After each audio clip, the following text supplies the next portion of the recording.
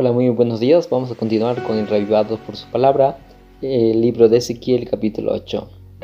Bueno, desde el cautiverio del rey Joaquín hasta lo mencionado en el capítulo 8 ya pasaron como 6 años.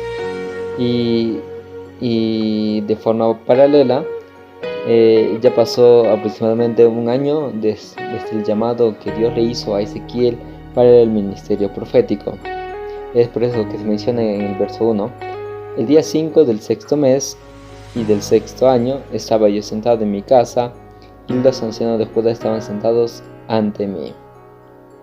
Sexto mes es más o menos por el mes de septiembre en el calendario judío, y el sexto año se refiere al cautiverio del rey Joaquín. Bueno, por lo visto que el profeta Ezequiel ya ganó prestigio ante la nación, tanto así de que la gente va a su casa para escuchar las palabras que el profeta tiene por enseñar o lo que tiene por decir, ¿no? Como vocero de Dios. Y bueno, y también vale mencionar de que hay un lapso de tiempo entre el capítulo 7 y el capítulo 8. El capítulo 8 ya es una nueva serie de visiones que va a durar hasta el capítulo 19. Así que aquí vamos a ver nuevas revelaciones que Dios le da al profeta. Bueno, el verso 2 dice: miré, y una semejanza como la apariencia de fuego, desde su cintura hacia abajo aparecía fuego, etc., ¿no? Ezequiel una vez más ve lo que es la gloria de Dios, el poderío de Dios, ¿no? Y se está hablando a Ezequiel para que él comunique a la nación este mensaje. Bueno, en verso 4 dice: allí estaba la gloria del Dios de Israel, ¿no? Se está mencionando a Israel como un todo, tanto la nación del norte, también que también se llamaba Israel, como también la nación del sur, que se llamaba Judá. Bueno, el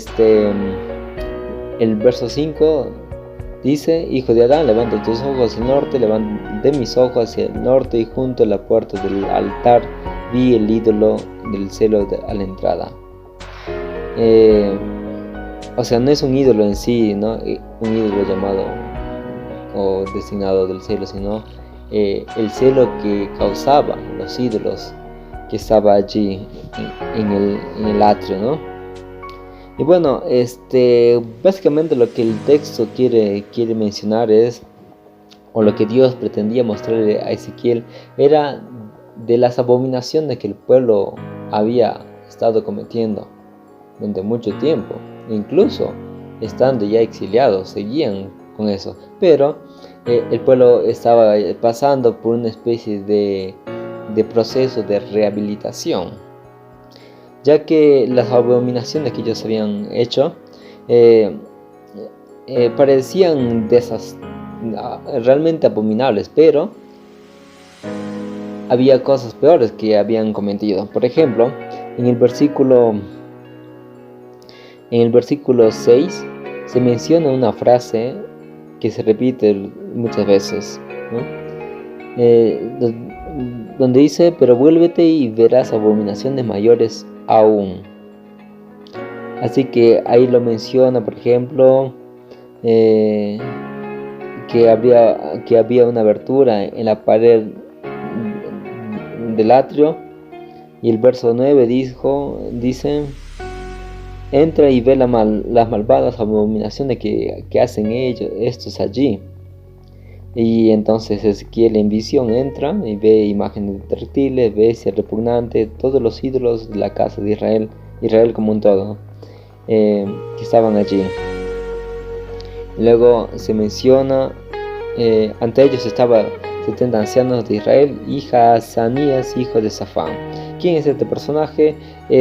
Bueno, no se sabe con certeza quién es, porque hay muchos Hazanías, pero es muy probable que sea un líder de la tribu de Judá, que era el cabecilla de los que incitaban a la adoración de ídolos, ¿no? Es decir, aquí vemos cuán importante es el líder, ¿no? Si el líder está mal, entonces los demás lo van a seguir de forma errónea, pero si el líder está bien, la gente lo va a seguir de forma correcta. Y bueno, pero lo que llama la atención en todo esto es de que Ezequiel, cuando veía las abominaciones que el pueblo practicaba, ¿no? Los sacerdotes, los líderes, él decía, wow, qué horrendo realmente, qué horrendo. Pero Dios le decía, no, tranquilo, que eso es lo que tú estás viendo, no es nada, porque peores cosas han hecho, ¿no? Y era justamente así. Dios le mostró una tras otra las abominaciones que el pueblo practicaba, de lo más menor a lo más mayor, ¿no? Cada muestra era peor que la anterior.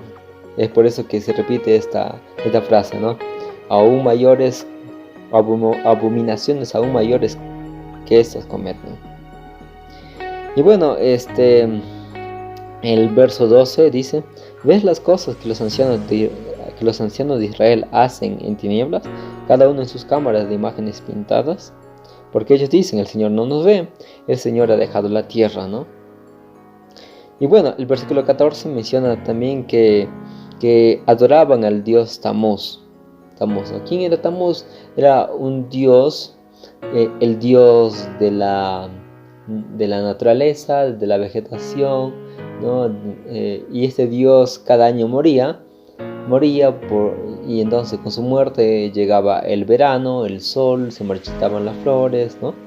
Y eso es lo que pasaba. Entonces el pueblo, ante su muerte, lloraban, se lamentaban, ¿no?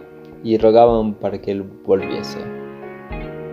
Es muy curioso porque da la apariencia de que, da la impresión de que ellos eran conscientes de que Jehová existía, pero que no estaba con ellos, ¿no?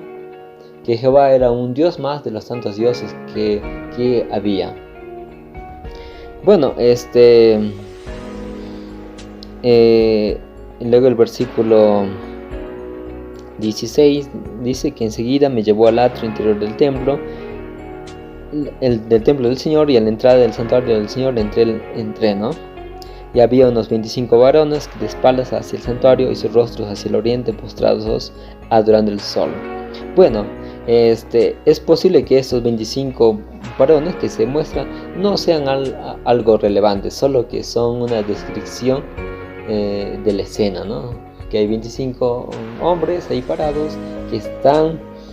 Es muy curioso porque dice que están a la entrada del santuario del Señor. Es como que van para supuestamente adorar a Dios, pero están con su cuerpo a la entrada, al frente del santuario, pero su mirada está por otro lado. Sus rostros están hacia el oriente, están adorando al mismo sol, ¿no?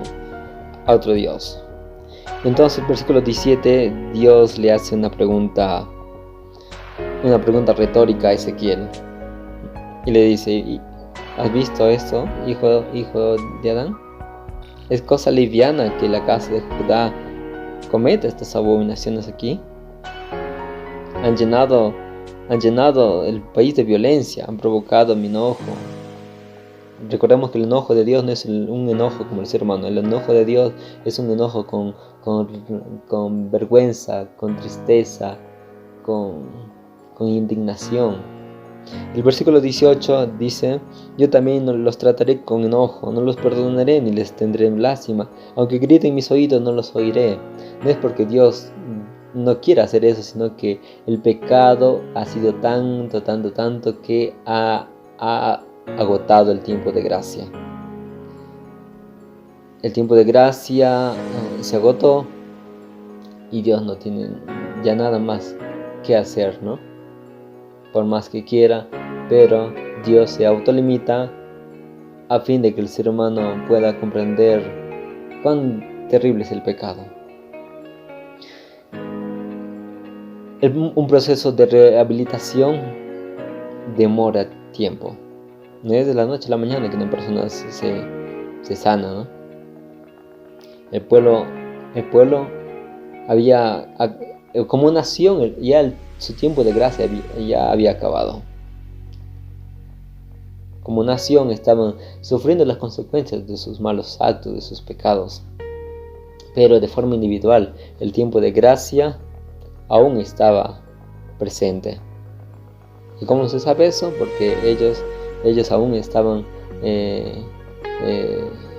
aún tenían un profeta, aún estaban entre ellos alguien que les amonestara, ¿no? ¿Y para qué amonestar? Si el tiempo de gracia ya acabó. No, sino que la amonestación no es como de forma conjunta, como tal, sino ya hacerlo de forma individual.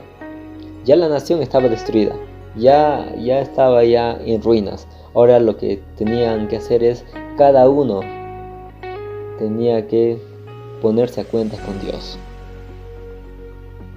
El proceso de rehabilitación demora.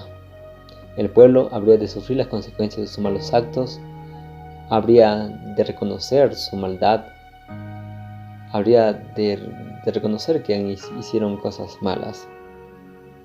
Pero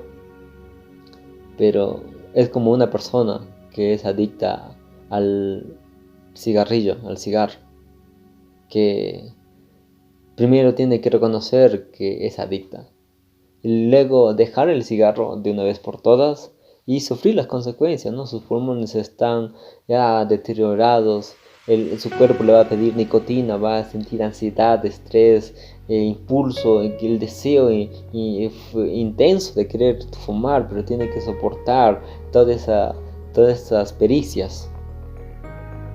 Y el pueblo de Israel tenía que pasar por ello. Bueno, esto fue un breve análisis. Bueno, algunas lecciones que podemos sacar de este capítulo son, por ejemplo, de que nuestros malos actos tienen consecuencias. Y que no veamos a Dios, a Jehová, a Cristo, como alguien más entre los montones de dioses, sino que Dios es uno solo y que debemos servirle, adorarle, obedecerle a Él nomás. Y qué otra lección que podemos encontrar es de que aunque uno diga que Dios no nos ve, pero Dios tiene registrado todos los actos buenos y malos que nosotros cometemos, y que las abominaciones que hacemos para nosotros es aparentemente algo sencillo, algo no tan grave, ¿no? Pero ante los ojos de Dios son cosas realmente terribles. Por lo tanto, no abusemos del tiempo de gracia que Dios nos da, no abusemos del amor de Dios, no abusemos de la misericordia de Dios. ¿Por qué? Porque Dios se autolimita a fin de que nosotros podamos entender de que no podemos convivir con el pecado para siempre. Debemos dejar el pecado una vez por todas. Bueno, esto fue el análisis y pequeñas reflexiones que podemos sacar de esto, ¿no? Bueno, un gusto poder compartir este audio de Reavivados por su palabra. Un abrazo, que Dios te bendiga.